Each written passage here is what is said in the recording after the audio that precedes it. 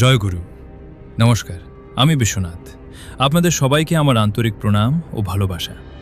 আজ আমরা আলোচনা করব এমন একটি বিষয় নিয়ে যা শুধু আধ্যাত্মিক জীবন নয়, ব্যক্তিগত, পারিবারিক, সামাজিক এবং কর্মজীবনের প্রতিটি স্তম্ভকে সুদৃঢ় করে। পরম প্রেমময় যোগপুরুষোত্তম শ্রী শ্রী ঠাকুর অনুকূলচন্দ্র আমাদের জীবনের জন্য যে 5টি অনন্য নীতি দিয়েছেন, সেই পঞ্চনীতি নিয়েই আজকের আলোচনা। এই 5টি নীতি হল: যজন যাজন ইষ্টভৃতি সস্তয়নী সদাচার। অনেকেই এই শব্দগুলো শুনেছেন, কিন্তু এগুলোর প্রকৃত অর্থ কি? কেন ঠাকুর এগুলোকে জীবনের ভিত্তি বলেছেন এবং আমাদের দৈনন্দিন জীবনে কিভাবে এগুলো পালন করা যায়?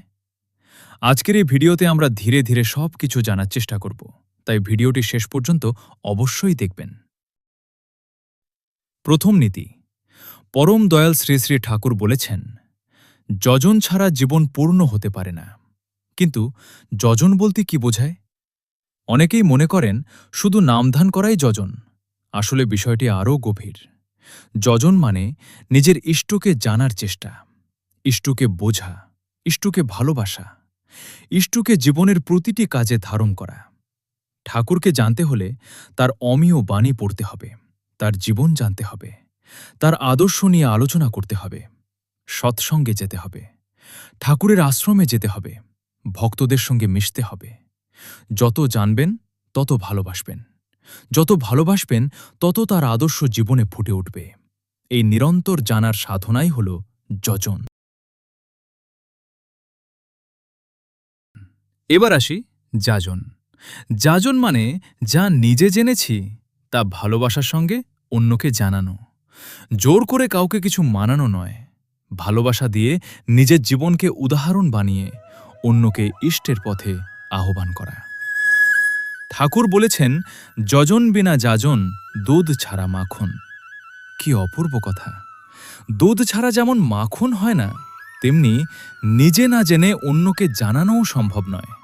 তাই আগে নিজে যজন করুন, তারপর যাজন করুন। আপনার ব্যবহার, আপনার চরিত্র, আপনার ভালোবাসা, আপনার জীবনই হবে সবচেয়ে বড় যাজন। এবার আসি ইষ্টভৃতি। ইষ্টভৃতি শুধু অর্থ প্রদান নয়, এটি কৃতজ্ঞতার প্রকাশ, প্রেমের নিবেদন। প্রতিদিন জল গ্রহণের পূর্বে ইষ্টের উদ্দেশ্যে যতটুকু সম্ভব একটি অর্ঘ্য আলাদা করে রাখা। এরপর 30 দিন পূর্ণ হলে সদ্ক্ষিণাসহ ঠাকুরের উদ্দেশ্যে পাঠানো। এটি আমাদের শেখায় আমাদের উপার্জনের প্রকৃত অধিকারী কে। আমরা যা কিছু পাই সবই তার কৃপায়। তাই তার উদ্দেশ্যে কৃতজ্ঞতা প্রকাশ করাই ইষ্টভৃতি।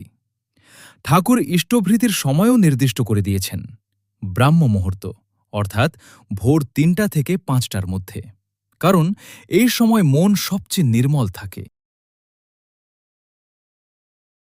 এবার আসি সবচেয়ে গভীর বিষয়গুলোর একটিতে, সস্তয়নী।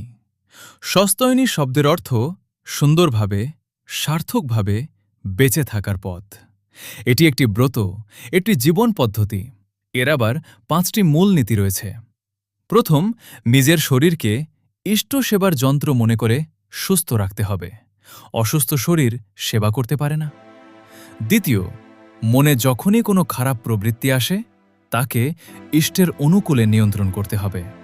রাগ, লোভ, অহংকার, হিংসা সব কিছুকে ইষ্টের আলোয় শুদ্ধ করতে হবে। তৃতীয়, যে কাজটি ভালো, যখনই ভালো মনে হবে সঙ্গে সঙ্গে তা বাস্তবে রূপ দিতে হবে। শুধু ভাবলেই হবে না, কাজ করতে হবে। চতুর্থ, নিজে ভালো থাকব, এতেই শেষ নয়, পাশের মানুষকেও ভালো রাখতে হবে, তাদের উন্নতিতে সাহায্য করতে হবে, জনসেবার মাধ্যমে ইষ্টের পথে যুক্ত করতে হবে। পঞ্চম, নিজের কর্মক্ষমতা, যোগ্যতা, উদ্ভাবনী শক্তি, উপার্জনের ক্ষমতা প্রতিদিন বাড়াতে হবে। অলসতা নয়, কর্মই জীবন। ঠাকুর কর্মমুখী মানুষকে ভালোবাসতেন। এবার শেষ নীতি, সদাচার। সদাচার মানে শুধু ভদ্র ব্যবহার নয়, পরিচ্ছন্নতা, শৃঙ্খলা, স্বাস্থ্যবিধি, নৈতিকতা, সততা সবকিছুই সদাচারের অন্তর্ভুক্ত। ঠাকুর আমাদের দৈনন্দিন জীবনের ছোট ছোট বিষয়েও গুরুত্ব দিয়েছেন, যেমন মলমূত্র ত্যাগের পর ভালোভাবে পরিচ্ছন্ন হওয়া, সাবান দিয়ে হাত ধোয়া, নাকে বা মুখে হাত দিলে আবার হাত ধোয়া, শরীরকে পরিষ্কার রাখা, খাবারের শুদ্ধতা রাখা, কথায়, কর্মে, আচরণে শুদ্ধতা বজায় রাখা, এগুলোই একজন মানুষকে সত্যিকারে সভ্য করে তোলে।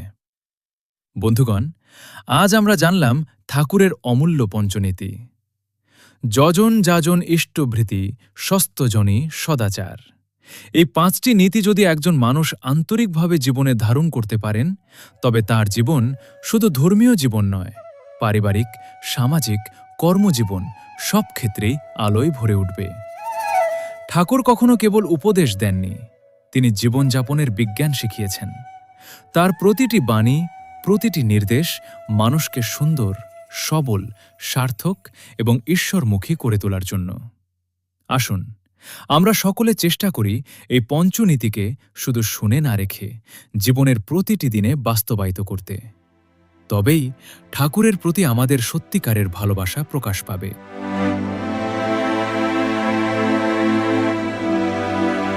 আজকের ভিডিওটি যদি আপনাদের ভালো লেগে থাকে তাহলে অবশ্যই ভিডিওটি লাইক করুন, পরিবার ও বন্ধুদের সঙ্গে শেয়ার করুন। আর যদি এখনও আমাদের সৎসঙ্গ বাংলা ইউটিউব চ্যানেলটি সাবস্ক্রাইব না করে থাকেন, তাহলে এখনই সাবস্ক্রাইব করে পাশে থাকা বেল আইকনে ক্লিক করুন। প্রতিদিন পরম প্রেমময় শ্রী শ্রী ঠাকুরের বাণী, আদর্শ, জীবন ঘনিষ্ঠ আলোচনা এবং সৎসঙ্গের অমূল্য সম্পদ সবার আগে পেতে আমাদের সঙ্গে থাকুন। জয় গুরু।